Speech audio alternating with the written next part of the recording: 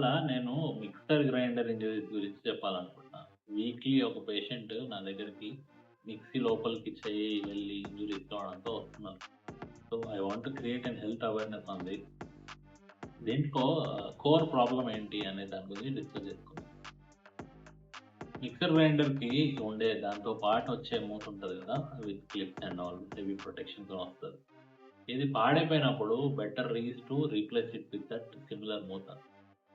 మనము చేసే దీంట్లో పెద్ద తప్పిదం ఏంటంటే, దాన్ని మన ఇంట్లో ఉన్న నార్మల్ ప్లేట్‌తోని రీప్లేస్ చేసి, అది ఆ వైబ్రేషన్‌కి జరుగుతూ ఉంటే, గట్టిగా ప్రెస్ చేయడంతోని మూత పక్కకి జరిగిపోతది. ఫింగర్స్ లోపలికెళ్తాయి.